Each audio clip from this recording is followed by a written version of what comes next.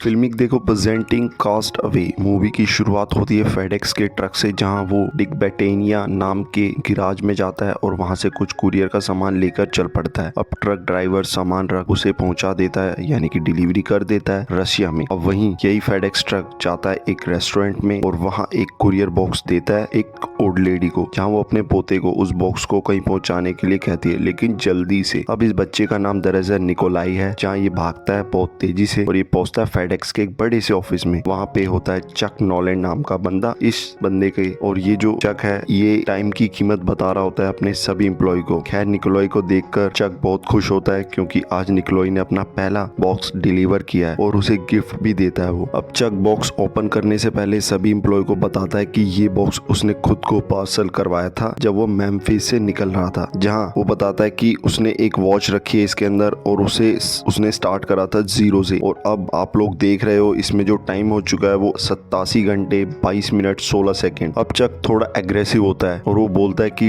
इतना टाइम बहुत ज्यादा है, इतने टाइम से सोचो आपने कोई जरूरी डॉक्यूमेंट भेजे होते, चेक, मेडिसिन एक्सेट्रा, कुछ भी। इस टाइम से पहले हमारी दुनिया बन चुकी थी, तो इससे कम टाइम में हमारे साथ कुछ भी हो सकता है, तो अब हमें जल्दी करो। इस तरह वो तेजी दिखाता है अपने काम को लेके, क्योंकि चक ने अब 3 घंटे 14 मिनट में यहाँ से पैकेजेस को ट्रक में ट्रांसफर करवाना होता है। खैर ट्रक में सामान रखा जाता है कि तभी चक को पता चलता है कि जो इनका एक ट्रक है वो फंसा हुआ है। अब ये पहुंचते हैं उसके पास, जहाँ चक उस बंद हुए ट्रक से डिलीवरी पैकेजेस को रोड पर ट्रांसफर करवाकर अदर ट्रक में शिफ्ट करा देता है। और इसी बीच चक फोन करता है अपनी लवर को, जिसका नाम है कैली, और उसे मिस कर रहा होता है वो। साथ ही वो कैली को बताता है कि उसके दांत में दर्द है, तो हो सके तो इस वीक डॉक्टर के पास उसको जाना पड़ेगा, और वो वहीं उसे ये भी बोलता है कि वो 18 घंटे में घर पहुंच जाएगा। खैर आपको मैं बता दूं, जो चक है वो टाइम को लेके बहुत एग्रेसिव है और वो रिस्पॉन्सिबल मैन है अपने काम को लेके। खैर शाम को चक अपने फ्रेंड स्टैन के साथ एरोप्लेन में बैठकर मेम्फिस के लिए रवाना होता है, जहाँ उसे पता चलता है कि स्टैन की जो वाइफ है उसकी तबीयत कुछ ज्यादा ही खराब है, पर वो उसे हिम्मत रखने को कहता है। पर अब कुछ देर बाद चक पहुंचता है कैली के पास और उसे हक कर ये दोनों सो जाते हैं। और अगला दिन होता है क्रिसमस का, जहाँ चक और अन्य लोग बैठे होते हैं टेबल पर और ये एंजॉय कर रहे होते हैं रात के डिनर को। जहाँ ये मेहमानों के जाने के बाद चक और कैली बात करते हैं न्यू ईयर सेलिब्रेशन की, जहाँ कैली चक को बोलती है कि वो न्यू ईयर पर टाइम से पहुंच जाएगा, और चक कैली को बोलता है कि हाँ बिल्कुल। और अब कुछ ही देर में पहुंचते हैं कार से एयरपोर्ट, जहाँ कैली चक को एक घड़ी गिफ्ट करती है जिसमें कैली की फोटो होती है, और चक कैली को पेजर्स, हैंड टॉवल, कुछ इस तरह के गिफ्ट। अब ये दोनों किस करते हैं और अपने अपने रास्ते निकलते हैं, जहाँ चक एरोप्लेन में लेटता है और कुछ समय ही बाद प्लेन में प्रॉब्लम होने लगती है और कुछ कनेक्शन टूटने लगते हैं। जो ये प्लेन होता है ये फेडेक्स का होता है, जहाँ से कुरियर से कुछ सामान जा रहा होता है, जहाँ कुछ ही देर में प्लेन क्रैश हो जाता है और बड़े से महासागर में, और इससे पहले कि चक कैली के गिफ्ट को ही बस ले पाता है। अब चक महासागर में तूफान में फंस कर रह जाता है, जहाँ मॉर्निंग में उसकी आंख खुलती है और वो एक बीच पर होता है, जहाँ वो देखता है कि कोई है या नहीं, और वो कई आवाजें भी लगाता है, वहाँ कोई नहीं होता। अब चक थोड़ा दिमाग लगाता है और किनारे पर आए हुए बॉक्स और पैकेजेस को इकट्ठा कर लेता है और बीच पर बड़ा सा हेल्प वर्ड लिख देता है। लेकिन पहली रात उसकी ऐसे ही गुजरती है और नेक्स्ट मॉर्निंग चक कुछ और बॉक्सेस को इकट्ठा कर और टूटे हुए पेड़ों की मदद से हेल्प वर्ड दोबारा लिख देता है। और अब चक खाने का जुगाड़ बनाता है, जहाँ वो अभी नारियल पानी को ढूंढ लेता है और उसी के सारे दिन गुजारता है। अब शाम होते होते चक को मिलती है एक केव, जहाँ वो उसे देखकर वापस बीच पर आता है और वो देखता है कि एक बड़ा सा पहाड़ है। फिर क्या, चक जैसे तैसे उस पर चढ़ता है और वो वहां से देखता है कि दूर दूर तक बस महासागर ही महासागर है। बेचारा चक वहां से हताश होकर नीचे आता है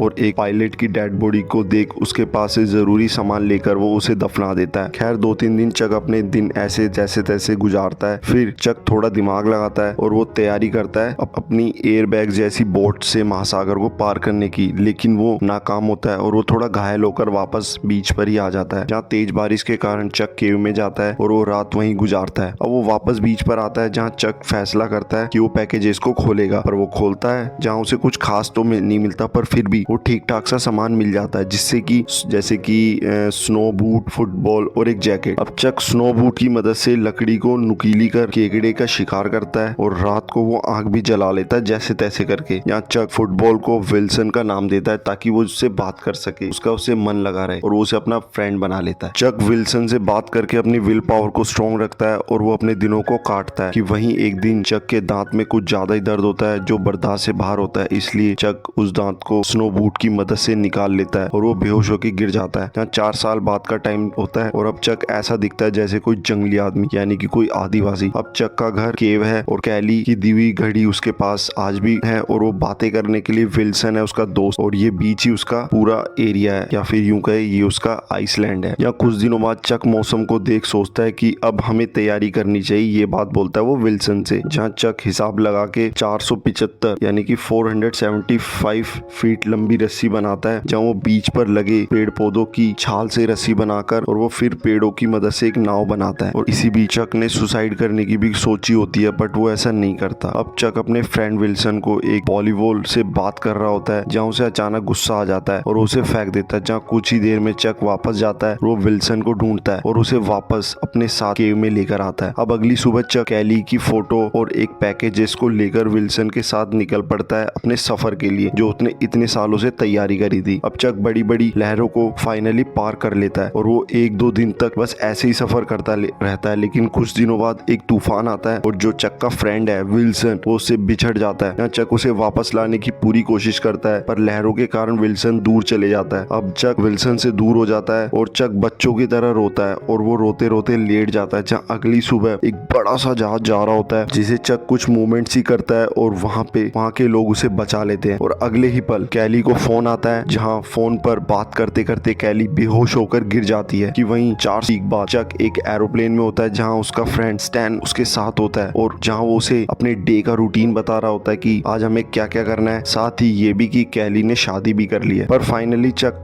का वेलकम होता है, जहाँ बहुत भीड़ होती है और चक वेट कर रहा होता है कैली का, जहाँ कैली का हस्बैंड आता है और वो उससे मिलकर चले जाता है। पर चक देखता है विंडो से कि कैली अपनी नन्ही सी बेटी के साथ आई थी, पर वो उसे मिली नहीं। अब उसी दिन चक के घर पे एक पार्टी होती है, जहाँ उसके कई फ्रेंड आते हैं पर कैली नहीं आती। चक को बहुत अजीब लग रहा होता है, इसलिए वो रात को बेड पर भी नहीं सोता, इसलिए वो जमीन पर सोता है और वो बेचैन हो रहा होता है। इसलिए कि दरवाजा बजाते ही कैली डोर ओपन कर देती है, कि मानो उसे पता था कि चक आने वाला है। और ये सीन गजब होता है और अंदर आते ही कैली चक को गले लगा लेती है और उसके बाद कैली अपनी बेटी से मिलवाती है चक को और उससे बड़ी खुशी होती है, जहाँ ये दोनों बातें करते हैं। और फिर चक कैली को उसकी वॉच दे देता है, जो उसने इतने सालों से संभाल कर रखी थी, बट चक ने उसमें से कैली की फोटो रख लेता है वो अपने पास। कि अब कैली चक को उसकी कार दिखाती है और उसे उसकी की भी दे देती है। जहाँ चक कार स्टार्ट करके जाता है कि तभी कैली भागते हुए आती है और वो चक को किस करती है और गाड़ी में बैठ जाती है और चक कैली को उसके घर पे छोड़ देता है। अब चक उसी रात स्टैन के साथ बैठा होता है और वो बातें कर रहा होता है उस आइलैंड के बीते हुए कुछ खास दिनों की, और उसे डिटेल में बता रहा होता है, क्योंकि उसे गुस्सा है कि कैली उसकी लाइफ में नहीं है। वो उसे बेइंतहा प्यार करता है, लेकिन उस पे आज कुछ भी नहीं है, वो बच के आया केवल कैली के लिए। और अगली मॉर्निंग चक अपनी कार में होता है, जहाँ वो कुछ पैकेजेस डिलीवर करता है और उसे याद है जैसे